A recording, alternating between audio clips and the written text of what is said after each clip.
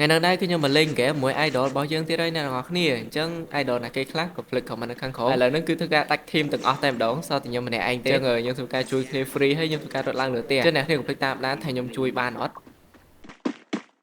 Chino lượn cậu Wow. Wow. tầng mà đang cuối trăm khi cao cho đấy nhỉ tầm mùi bay bay ba mùi banh bay ba nó Đâu khi nào gặp con nâu nâu họ đi kê họ mấy bạn thòm thì chết sân cả đời bỏ cho lùi nhé cả lời hơi đâm buồn đâm lại đâm ba đâm mùi đâm ram đâm buồn đâm bay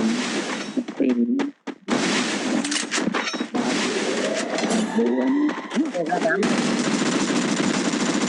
này double kill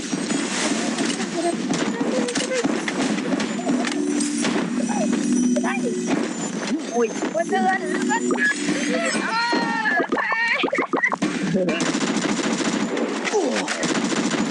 chị đâu em cứ chia là bot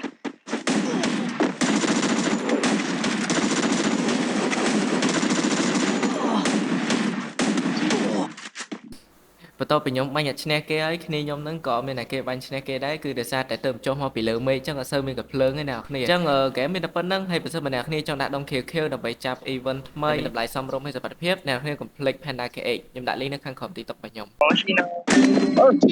Chino hello Chino Chino à